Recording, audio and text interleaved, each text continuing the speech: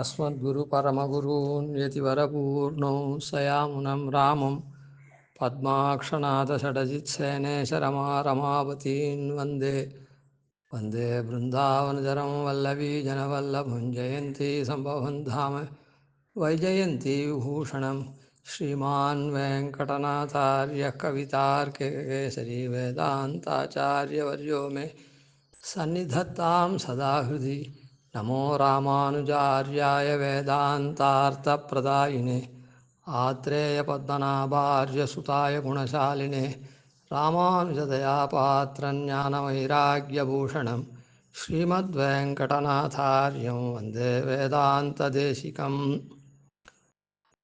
இந்த வேதாந்தார்த்த பிரதாவாக இருந்து ஆச்சாரியால் சர்வருக்கும் அவசியாபேட்சிதமான பஞ்சசம்ஸ்காரத்தையும் பரநியாசத்தையும் அனுகிரகிக்கிறார். மற்றவாளுக்கெல்லாம் பெரிய கிரந்தங்கள் சிவாஷ்யாதி கிரந்தங்கள் தொடக்கமாக இன்னும் உத்கிரந்தங்கள்லாம் கூட அவளுடைய ஞான சக்திகளுக்கு தகுந்த மாதிரி அனுகிரகிக்கிறார். ஆனால் எல்லாருக்கும் இந்த பஞ்சசம்ஸ்காரத்தையும் பரநியாசத்தையும் இந்த ரெண்டும் அனுகிரகிக்கிறார். பஞ்சசம்ஸ்காரம்ன்றது பிராயசா அது இந்த நாம் கொண்டுள்ள சரீரத்தை இந்த வாழ்நாள் முழுவதும் வைஷ்ணவனாக இருக்கோம்ன்றதை காண்பிச்சு அந்த தன்மையில் கைங்கரியம் பண்ணுறதுக்கு அது யோகியதாபாதகத்தை கொடுக்கறது. பரநியாசம் அப்படின்றது இந்த ஆத்ம இருக்குது, சரீர வியுக்தமான ஆத்மா இந்த சரீரத்தை விட்ட பின்பு அங்கே எம்பெருமானோட கலந்து அவனுக்கு துல்லியமாக போகாதிகளை அனுபவிச்சுட்டு அவனுக்கு கைங்கரியம் பண்ணக்கூடியதாக இருக்கக்கூடிய நிலைமைக்கு அந்த நிலைமையை ஏற்படுத்துறது பரநியாசம். இந்த விதத்தில் இந்த சம்பிரதாயத்திலே ஸ்ரீபாஷ்யகாரர் சம்பிரதாயத்திலே பிரசித்தமாக இன்னி தினத்தில் 2 விதமான வடகலை தெங்கலை அப்படின்ற சம்பிரதாயம் இருக்குது. அதில் தென்னாச்சாரிய சம்பிரதாயத்தில் இருக்கவ பரநியாசம் பண்ண வேண்டாம் அப்படின்னு ஒன்று, பண்ணக்கூடாதுன்னு ஒன்று. பண்ணக்கூடாதுன்னா தோஷங்கள் வருதுன்னு அர்த்தம். அது தோஷங்கள் வருது அப்படின்னு சொன்னால் பெருமாளுக்கு சுவாதந்திரியம் போடுறது அது இது. அப்புறம் பெருமாள் ஒருத்தனை ரட்சிக்கணும்னா இவனை கேட்டுட்டு தான் அவன் ரட்சிக்கணுமா அப்படின்றது.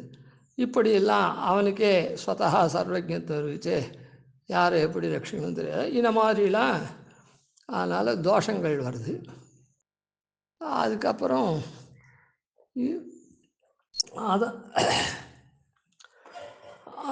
அதனால் இந்த பரநியாசத்தை நாம் பண்ணக்கூடாது அப்படின்னு ஒரு சாரார்.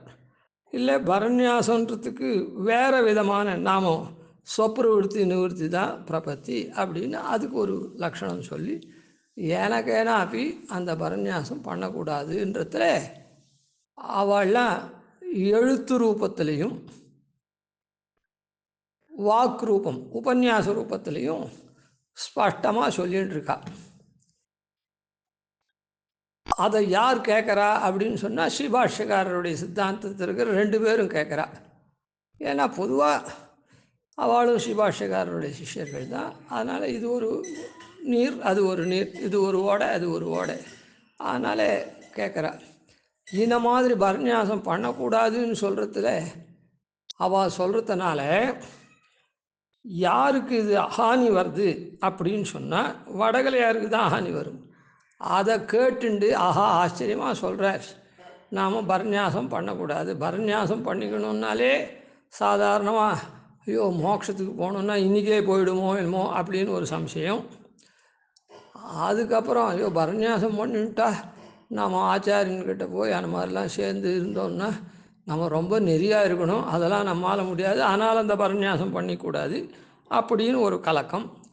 இப்படியெல்லாம் கலக்கம் இருக்கிறவாளுக்கு இந்த பரநியாசம் பண்ணிக்கக்கூடாதுன்னு சொல்கிறது ரொம்ப தேனாக இனிக்கும். அதான் அவள் நன்னா சரியாக சொல்கிறா. அதனால் நாம் பரநியாசம் பண்ணிக்க வேணாம், சமாசீனம் பஞ்சசம்ஸ்காரம் பண்ணிட்டாலே மோட்சம்னு சொல்கிறார் சுவாமி. அதுதான் சரி, நாம் பரநியாசம் பண்ணிக்க வேண்டாம் அப்படின்னு இவ ஒதுங்கிடுவா. பாதி முக்கால்வாசி பேர். இவாளுக்கு தான் இது ஹானி. தென்னாச்சாரிய சம்பிரதாயஸ்தர்களுக்கு ஒரு விதமான ஹானியும் கிடையாது. ஏன்னா பாதி திருமாளிகையோ இல்லை 75% திருமாளிகையோ நமக்கு தெரியாது. அந்த திருமாளிகையெல்லாம் இந்த பஞ்சசம்ஸ்காரத்துக்கு சொன்ன லக்ஷணங்கள் இருந்த காரியக்கிரமங்கள் அதெல்லாம் பண்ணா விட்டு நெடுஞ்சான் கிடையாது சேவிக்க சொல்லிவிட்டு ஆச்சாரியன் தர உள்ள பெருமாள் இடத்துல ஏகாந்தமாக கொஞ்ச நாள் இருக்கார். அதுக்கப்புறம் இங்கே சிஷ்யனை எழுந்துக்க சொல்கிறார். அதுக்கப்புறம் சம்ஸ்காராதிகள் முடிஞ்சு போகிறது. அதுக்கு மேலே என்ன பண்ணணுமோ அதை பண்ணுறான். அப்போது இந்த பஞ்சசம்ஸ்காரத்துக்கு சொன்ன லக்ஷணங்கள்லாம் ஊரையே நடக்கிறது. அதுக்கப்புறம் ஒரு காரியம் நடக்கிறது, ஒரு சம்ஸ்காரம், அதுதான் பரநியாசம். அது எப்படி பரநியாசம் தெரியும்னா, அந்த ஆச்சாரியால் இந்த பரநியாசத்துக்கு உண்டான ஆக்கிஞ்சன்யத்தையும் அனன்யகதித்தையும் முன்னிட்டு புகழன்னில்லாடியேன் உன்னடிக்கு அமர்ந்து உந்தேன்ற வாக்கியாதிகள்லாம் சொல்லி அதெல்லாம் சொல்லி அனுசந்தானம் பண்ணிட்டு இருக்கா உள்ளுக்குள்ளே. அதில் கத்திய வாக்கியங்கள், சரமஸ்லோக வாக்கியங்கள், அது இது அதெல்லாம். அதனால் இப்போ அந்த திருமாளிகையை சேர்ந்த சிஷ்யர்களுக்கு இவாளுடைய உபன்யாசத்தில் கடுகளவும் அவள் கேட்டு எனக்கு பரநியாசம் வாண்டான்னு சொல்ல போகிறது இல்லை ஆச்சாரியன்கிட்ட போய். ஏன்னா இந்த உபன்யாசம் பண்ணுறவாளோ புஸ்தகம் எழுதுகிறவாளோ அவளுக்கே இது நடந்திருக்குது. ஆனால் அப்படி இருக்குச்சே அதை மறைச்சா இந்த மாதிரி ஒரு சித்தாந்தத்தை வெளியில் சொல்லிகிட்டு இருக்கா. அதனால் ஆச்சாரியன் எப்படியும் பண்ணி வச்சுட போகிறேன். அந்த சிஷ்யாள் இதை கேட்டு எனக்கு வாண்டான்னு சொல்ல போகிறதில்ல. ஆச்சாரியன்கிட்ட பஞ்சசம்ஸ்காரத்துக்காக போனால் அவர் 6வது சம்ஸ்காரத்தையும் பண்ணி அனுப்பிச்சுடுறது போச்சு. எந்த திருமாளிகையில் ஒரு கால் இல்லையோ, இல்லாத திருமாளிகையும் இருக்குது. எப்போ ஆடி எனக்கு இப்போ சொல்ல தெரியல. என்ன அந்த மாதிரி ஒருத்தரை நான் சந்தித்தேன். நாங்கள் அந்த மாதிரி பண்ணுறதில்லை, இந்த 5 தான் பண்ணுறோம் அப்படின்னு அந்த திருமாளிகையை சேர்ந்தவர் சொன்னார். அதனால் சில திருமாளிகையில் இல்லைன்றதும் தெரியுது. அது இருக்கட்டும். அந்த மாதிரி இருக்கிறவாளுக்கு இவா சொன்னதுனால அவள் பரநியாசம் பண்ணிக்காது இருக்க போகிறதில்லை. ஏன்னா அந்த திருமாளிகையில் வழக்கமே இல்லை. அதனால் அவள் பண்ணிக்க போகிறதில்லை. அவள் வந்த வழியில் அவள் போயின்னு இருக்கா. அதனால் அவளுக்கும் ஹானி கிடையாது. ஹானி கிடையாதுன்னு என்ன, இவா சொல்கிற பேச்சை கேட்டு அதன்படி நடந்து அவள் மாறுதலாக போயிட்டான்றது கிடையாது. அவள் வந்த வழியில் அவள் போயின்னு இருக்கா. இவா சொல்கிறதுனால தென்னாச்சாரிய சம்பிரதாயஸ்தாலில் 2 விதமான பேர் இருக்கான்னு சொன்னோமே, அந்த 2 விதமான பேரும் அவாவா அந்தந்த வழியில் அவாவா ஆச்சாரியன் நடத்தின்னு போகிறதுனால இவா சொல்கிறதுக்கு ஒரு எஃபெக்டும் அங்கே கிடையாது. அவள் அப்படியே இருந்துருவாள். ஆனால் வடகலை சம்பிரதாயத்தை சேர்ந்தவா தான் இதில் கெட்டு போகிறதுக்கு 100க்கு 100 பங்கு இது உண்டு. அதனால் இந்த மறந்த வார்த்தையோ மறைக்கிற வார்த்தையோ நாம் கேட்கக்கூடாது அப்படின்னு. இப்போ அவளுடைய சித்தாந்தம் சரியா தப்பா அப்படின்னு சொல்கிறதுக்கு நாம் வரல. ஆனால் நாம் வந்த வழியில் நாம் நின்றோன்னா அது சரியாக இருக்கும். அதை விட்டுட்டு இப்படி சொல்கிறாளே அப்படி சொல்கிறாளே நாம் அந்த வழி போனோம்னா, நம்ம வழியிலேருந்து நாம் நழுவிட்டோம்னா, நம்ம பெரியோர்கள் என்ன சொல்லிருக்கா, நம்ம ஆச்சாரியர்கள் என்ன சொல்லிருக்காளோ அதுக்கு மீறி நடந்தவனாக இருந்து நாம் வைகுண்ட வாழ்வை இழந்துருவோம் அப்படின்னு. இல்லை, யாரும் அங்கே போய் பார்த்ததில்லை. இன்னதோர் காலத்தினையார் இது பெற்றார் என்னவும் கேட்டறிவதில்லை. அவரே திருவங்கையாழ்வார் சொல்கிறார் இல்லை, யார் அங்கே வைகுண்டத்துக்கு போனால் இன்ன காலத்தில் இன்ன தேதியில் இன்னார் போனால் அப்படின்னு யாருன்னா சொல்லிருக்காளோ? ஒன்றும் கிடையாது, உண்டுன்னு சொல்லிகிட்டு இருக்கா அப்படின்னு சொன்னார். அந்த மாதிரி எல்லா மதத்துலேயும் இந்த மோட்சம், இந்த சம்சாரத்துலேருந்து விடுபடுறது அப்படின்றத சொல்லிகிட்டு இருக்கா. அவாவா அது சரின்னு அவாவா மதத்தை அவாவா சொல்லிகிட்டு இருக்கா. ஆனால் யாருமே என் மதத்துப்படி தான் போயிருக்கா அதோ அப்படின்னு ஒரு ப்ரூஃப் கிடையாது. ஒரு வார்த்தைக்கு சொல்கிறேன், அதனால் அவாவா வந்தபடி போகிறது அவாவாளுக்கு அது தகுந்தது என்ன. அதாவது மாறி நடந்தால் தான் அவள் இழந்துட்டதா அர்த்தம். அதாவது என்னன்னா சுவாமி தேசிகளே ஒரு இடத்துல நான் சரணாகதி பண்ணினாதான் மோட்சம் அப்படின்னு சாஸ்திரம் சொல்கிறது. நான் சரணாகதி பண்ணிக்கிறேன், நீ சொல்கிறபடி அதனால் மோட்சம் இல்லை அப்படின்னு சொன்னாக்கா எனக்கு ஒன்றும் ஹானி கிடையாது. ஏதோ சரணாகதி பண்ணேன் அவ்வளோதானே, வேறு ஒன்றும் ஹானி கிடையாது. சரணாகதி பண்ணின்றதுனால மோட்சம் வராதுன்னு நீ சொல்கிற பட்சத்தில் அந்த சரணாகதி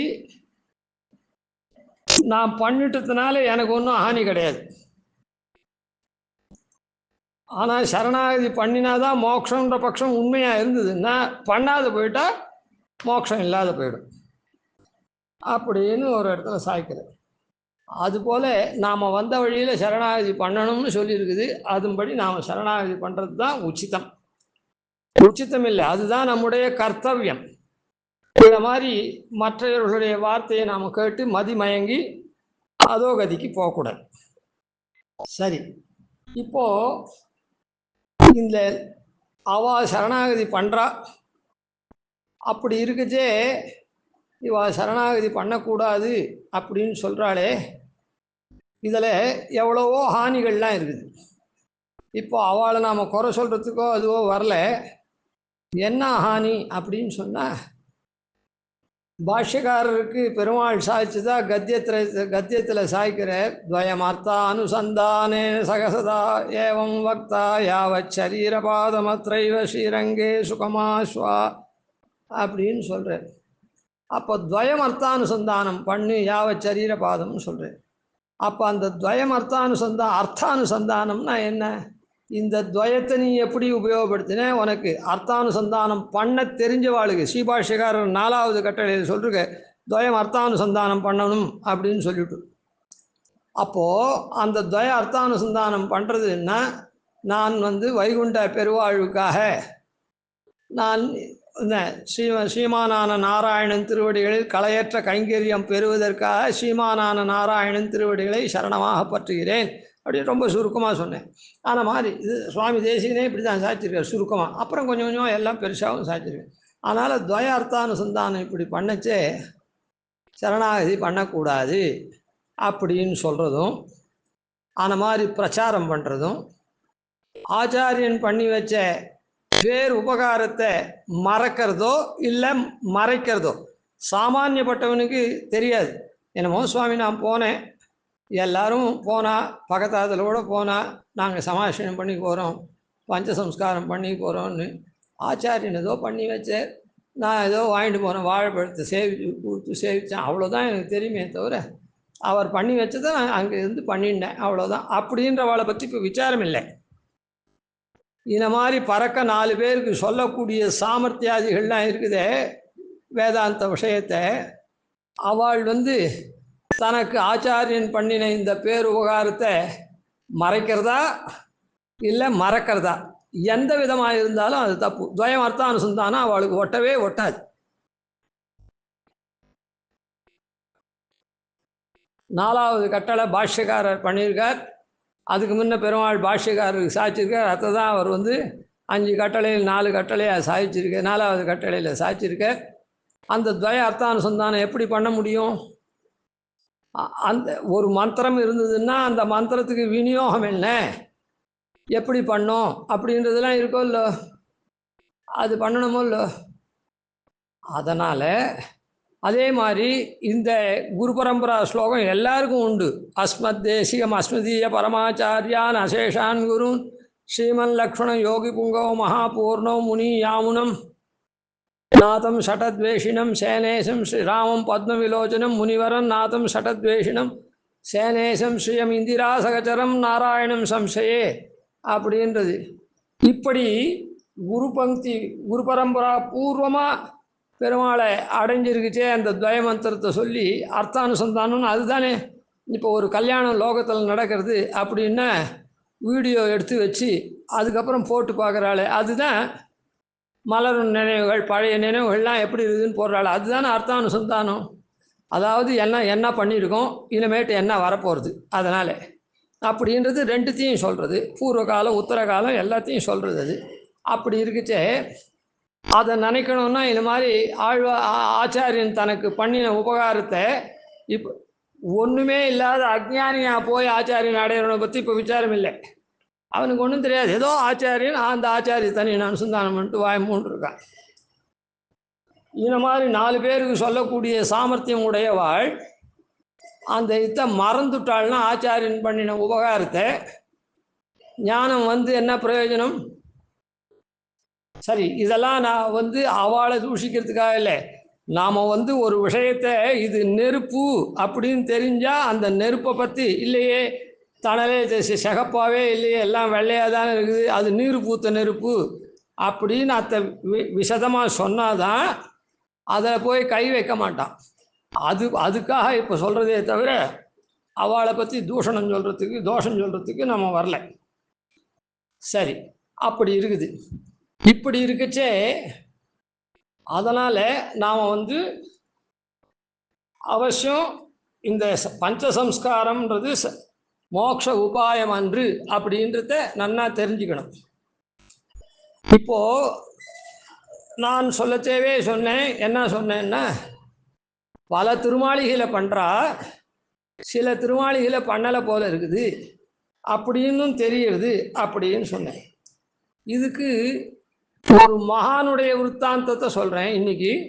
நாளைக்கு ஒரு அதுவும் மகானுடைய விற்த்தாந்தம் தான். மகான் தானே அங்கீகாரம் பண்ணிருக்கார். அது சாமானியனாக இருக்கவனுக்கு மகான் அங்கீகாரம் பண்ண விஷயத்தை நாளைக்கு சொல்கிறேன். இன்னைக்கு மகானுடைய விஷயத்தையே இன்னைக்கு விஞ்ஞாபிக்கிறேன். என்னன்னா, இன்றைக்கு 20 வருஷத்துக்கு முன்னே வில்லிவலம் ஸ்ரீமத் ஐஷிங்கருடைய சதாபிஷேகத்துக்கு முன்னே, அதாவது 2006க்கு முன்னேன்னு நினைக்கிறேன். 2006 சதாபிஷேகம், அதுக்கு முன்னே தான் அது. என்ன அப்படின்னு சொன்னால், அதுக்கு முன்னே தான் நினைக்கிறேன், இல்லை இந்த 2006லையோ திருவல்லிக்கேணி மடத்துக்கு டோலோத்சவத்துக்காக ஐஷிங்கர் எழுந்தார்.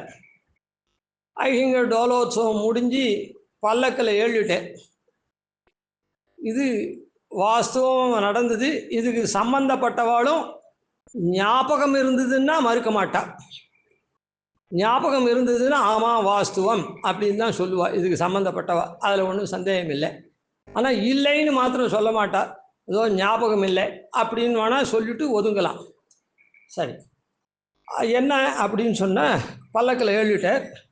பல்லக்குன்றது இப்போலாம் மனுஷால் ஏழை பண்ணுறது இல்லை. அதான் பஸ்ஸில் தானே அந்த பல்லக்கு வச்சுருக்கு, அதில் ஏழிட்டு அதில் கிளம்புறதுக்குள்ளேயும் இந்த எம்ஏ வெங்கடகிருஷ்ணமாச்சார சுவாமி ஏழினார். எம்ஏ வெங்கடகிருஷ்ணமாச்சார சுவாமி ஐஷிங்கர் வித்வத் பக்ஷபாதி.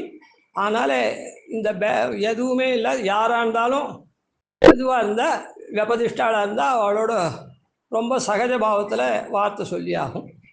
அந்த ரீதியில் இவர் ஏதோ காரியாந்தரமாக இருந்திருக்கார். இந்த டோலோத்சவம் நடந்தது, அது வந்தது, அதெல்லாம் எப்போ தெரிஞ்சுட்டாரோ ஐஷிங்கர் அந்த சமயத்தில் தான் சேவிக்கணும்னு இவர் வேகமாக வந்தார். அதனால் அந்த பஸ்ஸு உள்ளே ஏறி அந்த பல்லக்குண்டையே ஐஷிங்கர் பல்லக்கில் ஏறிக்கிட்டு அங்கே பக்கத்தில் நின்று வார்த்தை சொன்னார். தண்டம் சமைச்சுட்டு அந்த வார்த்தை சொல்லிகிட்டே இருக்குச்சே, என்னமோ ஒரு எங்கே என்ன அதுக்கு லிங்க்குன்றது தெரியாது. கார்பங்காடு வெங்கடாச்சார சுவாமி அப்படின்னு ரொம்ப பிரசித்தராக நிறைய உபன்யாசங்கள் காலக்ஷேபாதிகள்லாம் பல நூற்றுக்கணக்கான பேருக்கு சென்னை பிராந்தியத்தில், அதாவது 1950லேருந்து 80 90 வரையில் சாய்ச்சிருப்பேர்னு நினைக்கிறேன். ஏன் அதான் 90க்குள்ளேயே அவர் பரமவிஷ்டார்னு நினைக்கிறேன். அதான் அவருடைய பின்னாள் அவள்லாம் காஞ்சிபுரம் பிரதிவாதி பயங்கர அனங்கராச்சார சுவாமி காலத்தில் சமகாலத்தில் 10 வயசு முன்ன இருக்கலாம், திருநக்ஷத்திரம் அது தெரியாது. அதே மாதிரி வேலுக்குடி வரதாச்சார சுவாமி அவள்லாம் பிரசித்த வித்வான்கள், அதாவது பிரௌட வித்வான்கள். ஸ்ரீபாஷ்யாதிகள் அது இது பகவத் விஷயம் எல்லாம் பங்கியெல்லாம் சொல்லி நன்னா உள்புகுந்து குடைந்து அவகாய்க்கிறவா அவள்லாம். அந்த மாதிரி கார்பங்காடு சுவாமி. கார்பங்காடு சுவாமி இப்போ வேலுக்குடி சுவாமி கூட அவ்வளோ பெரிய வித்வானே தவிர அவரும் ஆச்சாரிய புருஷர் திருவம்சத்தில் வந்தவர் இல்லை. கார்பங்காடு வெங்கடாச்சார சுவாமியும் ஆச்சாரிய புருஷர் திருவம்சத்தில் வந்தவர் இல்லை. இப்படி பிரசித்தமாக இருக்கவா சாமானிய சிஷ்ய திருமாளியில் வந்தவா அப்படின்னு அதுக்காக அதை சொன்னேன். இப்போ வேலுக்குடி சுவாமியை பற்றி இதில் ஒன்றும் சொல்ல போகிறதில்ல. அந்த கார்பங்காடு சுவாமி ஐஹிங்கர் எம்ஏவி சுவாமி கிட்ட ஏதோ அவ 2 பேரும் வார்த்தை சொல்லிச்சே. அடியேனும் அப்போ பக்கத்தில் இருந்தேன். வார்த்தை சொல்லச்சே ஒரு விஷயத்தை, இந்த பரநியாசத்தை பற்றி ஏதோ வார்த்தை வந்தது. அதுக்கு ஐஹிங்கர் இந்த விஷயத்தை சாதித்தார். கார்பங்காடு சுவாமி ஐஹிங்கர் ஸ்ரீரங்கத்தில் 7 இருக்கச்சே, ஐஹிங்கர்னா 44ஆம் பட்ட ஐஹிங்கர் ஸ்ரீரங்கத்தில் 7 இருக்கச்சே, அவ குமாரரை விட்டு வில்லிவலம் கிருஷ்ணமாச்சார்கிட்ட போய் எனக்கு ஐஹிங்கர் திருவடி வாரத்தில் பரசமர்ப்பணம் பண்ணும்படியாக பிரார்த்தினி அப்படின்னு. வில்லிவலம் சுவாமி அதான் ஐஹிங்கருடைய பூர்வாசிரமத்திலையும் இவரும் எல்லா வித்வான்களோடவும் ரொம்ப இரண்டரை கலந்து ரொம்ப சௌஜன்யமாக சௌஹார்தமாக ஒருத்தருக்கு ஒருத்தர் பழகுவார். அதனால் கார்பங்காடு சுவாமி தன்னுடைய திருக்குமாரை நேரம் 44ஆம் பட்ட ஐஹிங்கர்கிட்ட போய் விஞ்ஞாபிக்கிறது எப்படி இவருக்கும் பரிச்சயம் இல்லை. அதாவது குமாரர்களுக்கெல்லாம் இருக்காது. அதனால் இவர் மூலமாக பண்ணுன்னு சாதிச்சாராம். ஐஹிங்கர் உடனே, அதான் ஐஹிங்கர்னா வில்லிவலம் ஐஹிங்கர் பூர்வாசிரமத்தில் அவர் முக்கூர் ஐஹிங்கர்கிட்ட போய் இந்த மாதிரி இவர் கார்பங்காடு சுவாமியினுடைய குமாரர், அவருக்கு பரசமர்ப்பணம் பண்ணி வைக்கணும்னு பிரார்த்திக்கிறாரா. அந்த சுவாமி அந்த குமாரர் வந்து சொன்னார் ஐஹிங்கர் பண்ணி. உடனே ஐஹிங்கர் பண்ணி வச்சாச்சான். ஆச்சாரிய நிஷ்டைக்கு நேரம் வரணும்னு நிர்பந்தம் இல்லை. உக்தி நிஷ்டைக்கு தான் நேரம் வரணும். ஆச்சாரிய நிஷ்டைக்கு நேரம் வந்தாலும் பரவாயில்ல, அவள் பாட்டுக்கு சேவிச்சுட்டுப்பா, அவள் பாட்டுக்கு ஆச்சாரியன் பாட்டுக்கு பெருமாள்ல பிரார்த்திச்சுட்டு பேர் இவ தூரத்தில் சேவிச்சுட்டுருப்பா, வரலன்னாலும் பரவாயில்ல. அதனால் அப்படி பரநியாசம் நடந்தது. அதை சொன்ன உடனேவே இவருக்கு தாழலை. ஏன்னா இவருடைய சித்தாந்தத்துக்கு இது முழுஷாமார். கார்பங்காடு சுவாமின்ற ஒரு தென்னாச்சாரிய சம்பிரதாயத்தை சேர்ந்தவர். அதை சொல்லாத விட்டுட்டேன் நான். தென்னாச்சாரிய சம்பிரதாயத்தில் பெரிய பிரசித்த வித்வான். சரி, அதுக்கப்புறம் ஆயிஷிங்க அது இரு இன்னொன்று சொல்கிறேன். நான் ஸ்தானத்துக்கு வந்தா விட்டு கார்பங்காடு சுவாமி தேவிகள் மறுபடியும் பையனை அனுப்பிச்சு அதில் அவர் வந்து என்கிட்ட சொன்னார், அப்பா வந்து முக்கூர் ஐஹிங்கர்கிட்ட பரசமர்ப்பணம் பண்ணிட்டுருக்கார், அதனால் எனக்கும் இப்போ வில்லிவலம் ஐஹிங்கர் இருக்கார், அவர்கிட்ட போய் பிரார்த்தித்து எனக்கும் பரநியாசம் பண்ணி வைக்க சொல்லு அப்படின்னு சொல்லி அவ பிள்ளை குமாரர் வந்து இவர் ஐஹிங்கராகவே இருக்கார் வில்லிவலம் சுவாமி, அல்ல அவருக்கு தான் பண்ணி வச்சேன் அப்படின்றத சொல்லி முடித்தார். இது சொல்கிறதுக்கு முன்னே இவருக்கு ரொம்ப தாபம்னா என்ன, இது டோட்டலாக மாறி இருக்குது. தங்களுடைய சித்தாந்தத்துக்கு மாறுதலான ஒரு காரியம் இது. இது சரியா தப்பான்றது அப்புறம் இருக்கட்டும், விஷயம் சரி. அப்போ உடனே அவர் கேட்டார் ஐஹிங்கரை, நான் ஐஹிங்கர் நான் இப்படி சாய்க்கிறது அப்படின்னு. என்ன ஐஹிங்கர் இப்படி சாய்க்கிறது? நான் நடந்ததை சொல்கிறேன், நீ வந்து ஐஹிங்கர் சாய்க்கிறாருன்னா என்ன அர்த்தம்? நான் நடந்ததுன்னு தானே சொல்கிறேன். ரெண்டுத்துலேயுமே அவர் முக்கூர் ஐஹிங்கர்கிட்டே அவள் தகப்பனாருக்காக பிள்ளை வந்தார். ரெண்டாவது இது பண்ணச்சே அப்பா பண்ணிட்டு இருக்கார், அதனால் எனக்கும் பண்ணி வை அப்படின்னு சொல்லி அவள் தேவிகள் அனுப்பிச்சான்னு பிள்ளை வந்து பண்ணிட்டு போனார். நானே பண்ணி வச்சேன். அப்பா ஐஹிங்கராக இருக்கு ஸ்தானத்தில் இருக்கிறதுனால அப்படின்னு நடந்தது. இல்லை இதெல்லாம் தப்பு, அப்போ நான் பொய் சொல்கிறேன்றியா அப்படின்னு கேட்டார். ஆமாம் ஐஹிங்கர் பொய் சொல்கிறார் அப்படின்னு அவருக்கு சொல்கிறதுக்கு இல்லை. ஏன்னா ஐஹிங்கர் ஆர்ஜவமாக இருக்கான்றது எல்லாருக்கும் தெரியும். அதனால் நான் பொய் சொல்கிறேன்றியா அப்படின்னு ஐஹிங்கர் கேட்டதுக்கு அவர் இல்லை இது பொய்யா தான் இருக்கும் அப்படின்லாம் சொல்லலை. அந்த சுவாமி யார், எம்ஏவி சுவாமி என்ன சொன்னார்னா, அப்போ எங்கள் ஆச்சாரியாலாம் சொல்கிறது ஒன்று பண்ணுறது ஒன்றா, இப்படி ஐசிங்கர் சாய்ச்சாக்கா அப்படின்னு அந்த மாதிரி மாற்றி கேள்வி கேட்டேன். ஐசிங்கர் சாய்க்கிறது இது பொய்ன்னு சொல்லலை. அப்போ எங்கள் ஆச்சாரியாலாம் சொல்கிறது ஒன்று பண்ணுறது ஒன்றுன்ற மாதிரி இருக்குது. அப்படி தான் பண்ணுவாளா எங்கள் ஆச்சாரியாலாம் அப்படின்னு கேட்டார். உடனே ஐசிங்கர் இது நடந்தது, அதனால் சொல்கிறது ஒன்று பண்ணுறது ஒன்றுன்னு இல்லை, கடைசியில் அவருக்கு தோணியிருக்கலாம் சாஸ்திரத்தை அனவரதும் அவள் பரிச்சயம் பண்ணிட்டு இருக்கிறதுனால இப்படி பண்ணிக்கணும் அப்படின்றது தான் சரின்னு அவளுக்கு கடைசி காலத்தில் தோணியிருக்கும். கடைசி காலத்தில் தானே பிள்ளைய அனுப்பிச்சு பண்ணிட்டுருக்கார், அதனால் பண்ணியிருக்கலாம். அது எப்படி கடைசி காலத்தில் அந்த மாதிரி தோணும், இத்தனை நாளாக சொல்லிட்டு அப்படி இப்படின்னு சொன்னேன்.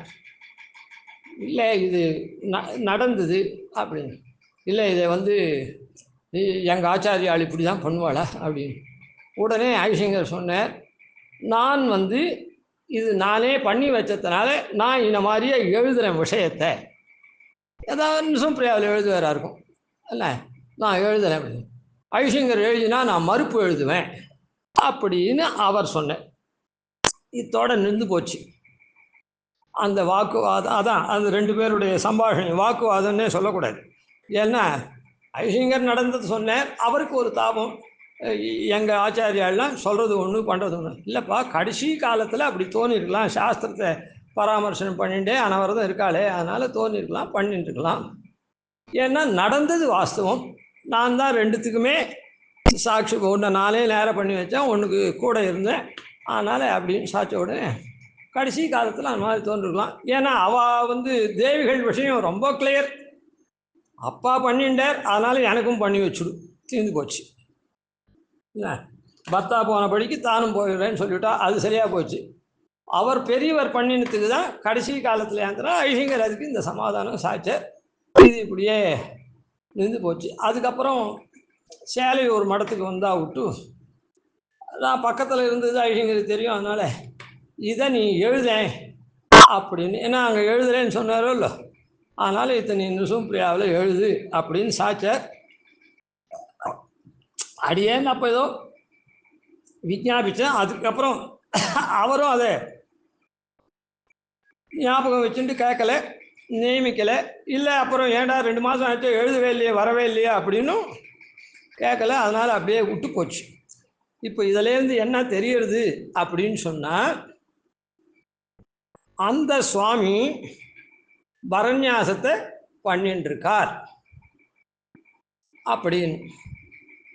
இன்னொரு விற்த்தாந்தத்தையும் இப்பயே சேத்தா மாதிரியே சொல்லிவிடலேன். என்ன இன்னொரு விற்த்தாந்தம் என்னன்னா, நான் லௌகீகத்தில் உத்தியோகத்தில் இருக்குச்சே, சுந்தரம் ஃபைனான்ஸில் வேலை பண்ணச்சே, என்னோட கூட ஒருத்தர் வேலை பண்ணார். எத்தனையோ பேர் பண்ணுறா, அதில் ஒருத்தர். அவர் அந்த சுவாமி திருநாமம் எனக்கு தெரியாது, ஸ்ரீபெரும்புதூர் அப்பன் சுவாமி அப்படின்னு பிரசித்தராக இருந்தார். அவர் ஒரு 2000 அந்த மாதிரி நாளில் பரம வச்சுட்ருப்பார். அவருடைய 2000 இல்லை 2010 பரம வச்சுருப்பார் நினைக்கிறேன். அந்த மாதிரி சொல்ல தெரியல. அந்த 2000 வரையில் இருந்திருப்பார் நிச்சயமாக. காப்பங்காடு சுவாமிலாம் 2000 இல்லை. அந்த ஸ்ரீபெரும்புதூர் அப்பன் சுவாமின்னு அவர் ஆச்சாரிய புருஷன், அவர் கந்தாடையார்னு நினைக்கிறேன். அந்த சுவாமியினுடைய மாப்பிள்ளை, அவரும் ஒரு ஆச்சாரிய புருஷன், ஆனால் அவர் லௌகிக்க. அது யார், மாப்பிள்ளை இருக்கட்டும், லௌகிக்கன்றதுக்காக சொல்ல வரல. எதுக்காக சொன்னேன்னா, அவருக்கு இந்த விஷயமெல்லாம் தெரியாது.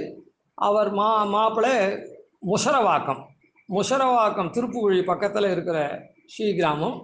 அதில் அவள் ஆச்சாரிய புருஷ வம்சத்தில் சேர்ந்தவர். அவர் ஏதோ ரொம்ப சகஜமாக ஒருத்தருக்கு ஒருத்தர் வார்த்தை சொல்லச்சே, அவருக்கு தான் ஸ்ரீபெரும்புதூர் அப்பனுடைய மாப்பிள்ளையானதுனால அவர் ஸ்ரீபெரும்புதூருக்கு அடிக்கடி போவார், பாஷிகாரரை சேவிப்பார், அந்த கதையெல்லாம் சொல்லுவார், விற்த்தாந்தங்கள்லாம் சொல்லுவார். அவள் மாமனார் சுவாமியும் சுந்தரம் ஃபைனான்ஸுக்கு ஏதோ காரியாந்திரமாக வந்தார். அப்போது ரொம்ப பரிச்சயம் உண்டு. அதுக்கப்புறம் ஸ்ரீபெரும்புதூர்லேயும் 2 தடவை பாஷிகார் சந்தியில் அவரோட சந்திச்சிருக்கேன். 1990, 92, 93 பாஷிகார் திருநக்ஷத்திரம் 2 வந்தது. சித்திரை மாதம் கடைசி தேதி ஒன்றும் முதல்ல ஒன்றும் மடத்தில் முதல்ல பண்ணிட்டா. அன்றைக்கி மாசப்பிரபு தோஷம் என்னமோ அதனால் முதல்ல பண்ணா. ஸ்ரீபெரும்புதூரில் அந்த வருஷம் 5 நாள் பாராயணம்லாம் நடந்து கடைசியிலே தான் பாஷ்யக்காரருக்கு உற்சவம். அப்போ இந்த அப்பன் சுவாமி கூட ஒரு உபன்யாசம் பண்ணேன். ஸ்ரீரங்கத்தில் பிரமேய உற்சவம் பிரமாண உற்சவம் 2. அத்தியன உற்சவம் வந்து பிரமாண உற்சவம். பெருமாளை பிரமேயமாக இருக்கிற பெருமாளை சேவிக்கிறத காட்டிலும் அந்த அரையர் சேவையை தான் எல்லாரும் சேவிப்பா. அந்த உற்சவத்தில் பிரம்மோத்சவாதிகள்லாம் பிரமேய உற்சவம். அதுபோல் இப்போ ஐஷிங்கர் பண்ணுற உற்சவம் இது பிரமாண உற்சவம். இது மாத கடைசியில் பாஷ்யக்காரருக்கு 10 நாள் நடக்க போகிறது. அது பிரமேய உற்சவம். ஏன்னா இப்போ பாஷ்யக்காரர் திருமேனிலாம் சேவிக்க போகிறாளோ அப்படின்லாம் கூட நான் கொஞ்சம் சம்ஸ்கிருதத்திலே பண்ணி அதெல்லாம் பண்ணார். அன்று தொடக்கமாக அந்த சுவாமியை அடியனுக்கு தெரியும். அதுக்கப்புறம் தான் இவர் மாப்பிள்ளையான. அதனால் அந்த சுவாமி ரொம்ப பரிச்சயம். இப்படி இருக்குச்சே ஏதோ இந்த சம்பிரதாய விஷயங்களை பற்றி வார்த்தை வரைச்சே உங்கள் இது அதான் அவளுக்கு யார் சமாஷனம் பண்ணா அப்படின்னு கேட்டேன். இவருக்கு எங்கள் சுந்தரம் தான் அப்பன் மாப்பிள்ளைக்கு அவள் தாத்தா பண்ணிவிட்டேன். அவள் தாத்தா வந்து லௌகிக உத்தியோகத்தில் தான் இருந்தார்னு நினைக்கிறேன். இருந்தாலும் ஓரளவுக்கு வைதிகமும் அந்த காலத்தில் லௌகிக உத்தியோகம் பண்ணிகிட்டே வைதிகாலாக இருந்தாலும் அந்த மாதிரி அவர் சமாஷனாதிகள் மாத்திரம் அவர் பண்ணியிருக்கார். இது இவருக்கு அவள் பேரனுக்கு. நான் உடனே கல்யாணம் ஆனவுடனே சரி உங்கள் ஆம்படியாளுக்கு யார் பண்ணா அப்பன் குமாரத்திக்கு அப்படின்னு கேட்டேன். எங்கள் தாத்தா தான் அப்படின்னா.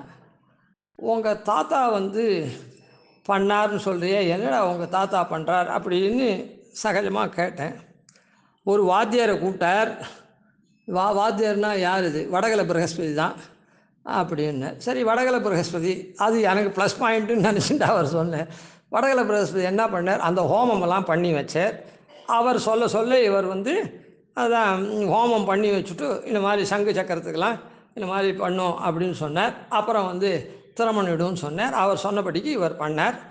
அதுக்கப்புறம் மந்திரத்தை அவர் இந்த துவயம் அதெல்லாம் சொல்லுவோன்னு சொன்னார் வாத்தியார். அதுபடி இவர் சொல்லி கொடுத்தார் அப்படின்னா அப்புறம் யாகத்துக்கும் என்ன அவர் சொன்னாரோ இவர் சொன்னார். சரியாக போச்சு.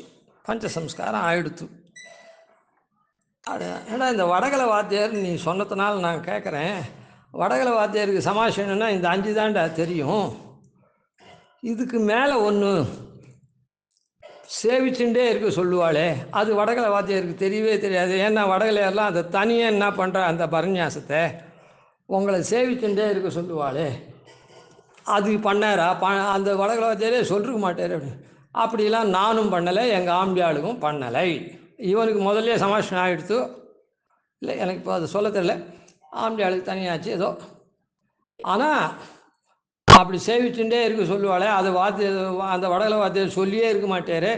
எப்படி உங்கள் தாத்தா பண்ணேர் அப்படின்னு. எங்கெல்லாம் ஒன்றும் சேவிக்க சொல்லலை அப்படின்னு சொல்லிட்டு அந்த व्यक्तिக்கு டக்குன்னு பொட்டில் அடித்தா மாதிரி ஒரு ஞாபகம். சுவாமி எங்கள் ஆம்பியா அப்புறம் கேட்டா சுவாமி, எங்கள் அப்பாவெல்லாம் சேவிச்சுட்டே இருக்க சொல்லுவா, ஆனால் இங்கே வந்து தாத்தா சேவிக்கவே சொல்லலையே அப்படின்னு கேட்டா சுவாமி அப்படின்னு சொன்னார். உடனே நான் சொன்னேன், அப்போ ஒரு காரியம் விட்டு போயிருக்குப்பா உன்னுடைய இதில். 5 நடந்துடுத்து, 6வது ஒன்று நடக்கணும், நடக்கலை. நீ உங்கள் மாமனாரை இதை பற்றி கேளு அப்படின்னு சொன்னேன். எப்படி சுவாமி நான் கேட்குறது மாமனார்? சரி வாண்டா நீ யசனூர் ஸ்ரீதரன் கேட்டான்னு அவர் கேட்க சொன்னார்னே, கேளு, என்னையே ரெஃபர் பண்ணியே கேளு, என்ன தெரிஞ்சவர் தானே அவர், அதனால் கேளு அப்படின்னு. அவர் வந்து இது மாப்பிள்ளை பண்ணி வச்சது மாப்பிள்ளையினுடைய தாத்தா. சம்பந்திக்கிட்ட போய் மாப்பிள்ளையினுடைய தாத்தாவை போய் அவர் குறை சொல்ல முடியுமா? பொதுவாக லோக ரீதியாக அவர் சுவாமியாக இருக்கலாம், வித்வானாக இருக்கலாம், அதெல்லாம் இருந்தால் கூட சொல்ல முடியுமா? லோக ரீதியாக பொண்ணை கொடுத்துருக்காரு. அதனால் முதல் தடவை என்ன பண்ணார், அவர் பண்ணிட்டாரோ அதான் அது அது அது அவர் பண்ணிட்டாருன்னா அவ்வளோதான், சரியாக போச்சு, அவ்வளோதான், வேறு ஒன்றும் இல்லை அப்படின்னு சாதிச்சுட்டார். தான் மாப்பிள்ளை கிட்ட அப்படின்னு வந்து சொன்னான்.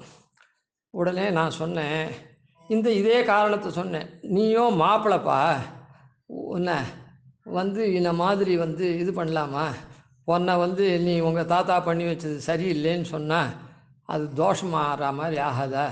அது எப்படி சொல்லுவார்? பொண்ணுக்காக அவர் பொண்ணுடைய ஆத்ம உஜ்ஜீவனத்தை காட்டிலும் இங்கே இருக்கிற நாளில் உஜ்ஜீவனம் நன்னா இருக்கணும் தானேப்பா எல்லாரும் இது பண்ணுவா. ஆத்ம உஜ்ஜீவனத்தை உத்தேசித்து உங்கள் தாத்தாவை பழி சொல்லிவிட்டாக்கா பொண்ணுனுடைய நித்தியப்படி இங்கே வாழறதே கஷ்டமாக இருக்கும்பா. உங்கள் அப்பா அப்படி சொன்னார் இப்படி சொன்னார், நீங்கள் இது பண்ண மாட்டேங்களா? அதனால் அவர் பொண்ணுனுடைய இப்போ இங்குற்றைய வாழ்வை பார்ப்பாரா, இப்போ ஆத்ம உஜ்ஜீவனத்துக்கு அவர் பார்ப்பாரா? இது ரொம்ப தர்ம சங்கடமான விஷயம். அதனால் நீ தான் இதை உண்மையாகவே நீ தெரிஞ்சுக்கணும், உண்மையாகவே இது பண்ணணும் அப்படின்ற மாதிரி 4-5 தடவை நீ அவர்கிட்ட இதை பற்றி நீ வார்த்தை சொல்லணும். அப்போ தான் அவர் உள்ளத்தை அவர் எப்படின்னு சொல்லி அதுக்கு உண்டானதை சொல்லுவார் அப்படின்னு சொன்னேன். 2 தடவை 3 தடவை அவர் இல்லை இல்லை அது பஞ்சசம்ஸ்காரம் பண்ணியாச்சோ இல்லை போகிறோம் அப்படின்னு சொல்லி அப்படியே விட்டுட்டார். அதுக்கப்புறம் மறுபடியும் நான் என்ன பண்ணேன், அப்படி இல்லை இந்த சரணாகதி பண்ணணும்னு சொல்கிறாரு, இது நமக்கு உண்டா இல்லையா, என்ன சமாச்சாரம் இப்படின்னே கேளு. அந்த 6வது பண்ணுறங்களே அவள்லாம் தனியே சரணாகதி பண்ணிக்கிறாளே, அதான் நாங்கள்லாம் வடகலையாரெலாம் பண்ணிக்கிறாளே, ஆன மாதிரி இது சேர்த்து அன்றைக்கி பண்ணப்படுறதா, அதுதான் மோட்சத்துக்காகவா அப்படின்னு அவரை கேளு. அப்படின்னா ஒன்று விட்டு போகிறத அதை நீர் எங்களுக்கு பண்ணி வைக்கணும் அப்படின்னு கேளு. அப்போ தான் நீ அது இழந்துட்டேன்னு தெரிஞ்சாதான் அவருக்கு சரி நீ வஸ்துஸ்திதியில் கேட்குறேன்னு அர்த்தம். அப்போ தான் அவர் கொஞ்சம் ஒத்துப்பார். இல்லைன்னா உங்கள் தாத்தாவை தப்பு சொல்கிறதா ஆகிடும், அதனால் ஒத்துக்க மாட்டார் அப்படின்னு சொன்னேன். உடனே என்ன பண்ணார், அவர் மாமனார்கிட்ட இந்த மாதிரி அப்படின்னு சொல்லிவிட்டு, ஆமாம் அது ஒன்று பண்ணணும், அப்படி தான் திருமாளிகெல்லாம் வழக்கம், ஏதோ விட்டு போயிருக்குது, சரி அதை பற்றி என்ன அது அப்படின்னு சொல்லி அப்போவும் அது ஒன்று பண்ணணுன்றதை மாத்திரம் இண்டிகேட் பண்ணிவிட்டார் அவர் மாப்பிள்ளைக்கிட்ட. விட்டு போச்சுன்னு அதுக்கப்புறம் மாப்பிள்ளை எப்படி ப்ரொசீட் பண்ணுறாருன்னு பார்த்துன்னு தானே அவர் பண்ண முடியும். அப்புறம் இந்த மாதிரி சொன்னார் அப்படின்னு சொல்லிவிட்டு, இல்லை நீ எனக்கு அந்த பரநியாசம் பண்ணிக்கணும், பண்ணி வைக்கணும்னு கேளு பிரார்த்தி அப்படின்னு. அதுக்கப்புறம் இன்னொரு தடவை போச்சே அவர்கிட்ட, இந்த மாதிரி அந்த பரநியாசம் அந்த ஒன்று விட்டு போச்சே அதை இங்கே பண்ணி வைக்கணும் அப்படின்னு இவர் கேட்கச்சே, எங்கே பரநியாசம் பண்ணி அவர் மாப்பிள்ளைக்கிட்ட ஒரு இதுவாக சமத்காரமாக எங்கே பண்ணிக்க போகிறேன், ஏன்னா நான் சொல்லி அனுப்பிச்சது அடியேன், எங்கே பண்ணிக்க போகிறேன் ஆண்டவன்கிட்டயா ஐயங்கர்கிட்டயா அப்படின்னு கேட்டாராம். இல்லை இல்லை அங்கெல்லாம் இல்லை, இங்கே தான் சுவாமி தான் பண்ணி வைக்கணும் அப்படின்னு இவர் பிரார்த்திச்சாராம். அதுக்கப்புறம் ஒரு நாள் பார்த்து ஏதோ இதெல்லாம் ஆஃபீஸ்லேருந்து போகிற வர நாளில் என்றைக்கோ நடந்த சமாச்சாரம், ஒரு நாள் பார்த்து அந்த பொண்ணுக்கும் மாப்பிள்ளைக்கும் அப்பன் சுவாமிகள் பண்ணி வச்சார். அப்பன் சுவாமிகள் தன்னுடைய பொண்ணுக்கும் மாப்பிள்ளைக்கும் பரநியாசத்தை பண்ணி வச்சார். அந்த 6வது சம்ஸ்காரம் பண்ணுறாலே 5 சம்ஸ்காரம் ஆனால் விட்டு அந்த சம்ஸ்காரத்துக்கு என்ன பேரோ அந்த சம்ஸ்காரத்தை தனியாக பண்ணி வச்சார். அதனால் கார்பங்காடு சுவாமி ஐஹிங்கர்கிட்ட பண்ணும்படி பிரார்த்தித்தார். இவர் அப்பன் சுவாமி தன்னுடைய மாப்பிள்ளையாத்தில் அது அனவதானத்தினால ஏதோ விட்டு போயிருக்கிறதுனால அதை மாப்பிள்ளை அதை ரொம்ப ஏதோ ஒரு விதமாக தெரிஞ்சுட்டு அதை ரொம்ப நிர்பந்தமாக பிரார்த்திச்சதுனால அது விட்டு போனது தான், அதை தனியாக பண்ணி வைக்கிறேன் தனியாக பண்ணி வச்சார். அதனால் இந்த பரநியாசத்தை பண்ணக்கூடாதுன்னு சொல்கிறதுக்கு எங்கே மூலம் இருக்குது. ஆனால் நிறைய புஸ்தகம் இருக்குது, நிறைய உபன்யாச கேசட்லாம் இப்போ இருக்கும் பண்ணக்கூடாதுன்றதுக்கு. ஆனால் மாதிரி சொல்கிறதுக்கு அதுக்கு நிறைய ப்ரூஃப்லாம் காமிக்கிறாளே, அதெல்லாம் எந்த ஆச்சாரியால் சொன்னான்றதே தெரியல. அதாவது இந்த பிரபத்தி பண்ணக்கூடாதுன்றதுக்கு அங்கங்கே ஒரு வாக்கியம் இருக்குது, இல்லாத அவள் சொல்லிடல. ஆனால் அவள் எந்த அர்த்தத்தில் எந்த இடத்துல சொன்னால் இவள் எந்த இடத்துல மொத்தமாக போட்டு எல்லாத்தையும் சேர்த்து வச்சு பரநியாசம் பண்ணக்கூடாது அப்படின்னு சொல்கிறான்றது நமக்கு தெரியல. அதனால் நாம் எல்லோரும் பரநியாசம்தான் மோட்ச உபாயம் அப்படின்றத தெரிஞ்சுக்கணும். பஞ்சசம்ஸ்காரம்ன்றது நம்முடைய கைங்கரியத்துக்கு உண்டான யோக்கியத்தையே கொடுக்கறது, அவ்வளோதான். இதை நன்னா நாம் தெரிஞ்சுக்கணும். அந்த சம்பிரதாயத்திலேயே பரநியாசம் பண்ணிட்டுருக்கா. இன்றைக்கும் பல திருமாளிகளில் தினந்தோறும் சமாஷினம் பஞ்சசம்ஸ்காரம் நடக்க செய்வலாம் நடந்துட்டுருக்குது. கார்பங்காடு சுவாமி தன்னுடைய கடைசி காலத்தில் பரநியாசத்தை நிருசிம்மன் திருவடியில் ஐஹிங்கர்கிட்ட பிரார்த்தித்து பண்ணிண்டார். அதனுடைய தொடர்ச்சியில் கடைசியில் அவள் தேவிகளும் அப்பாவுக்கு நடந்த மாதிரி எனக்கும் ஐஹிங்க திருவடி வாரத்தில் பண்ணி வச்சுடுன்னு பிரார்த்தித்து பண்ணியிருக்கார். இப்போது ஸ்ரீபெரும்புதூர் அப்பன் சுவாமி தன்னுடைய பொண்ணு குமாரத்திக்கும் மாப்பிள்ளைக்கும் அது விட்டு போச்சு அப்படின்றத தெரிஞ்சுண்டு அவள் உத்சுகாலாக இருக்கிறதுனால அந்த அந்த சம்ஸ்காரத்தை தனியாக பண்ணி வச்சார். பஞ்சசம்ஸ்காரம் இல்லாதையே. பஞ்சசம்ஸ்காரம் அவள் தாத்தா கிட்ட ஆயிடுது, இவருடைய பொண்ணுக்கும் மாப்பிள்ளைக்கும்.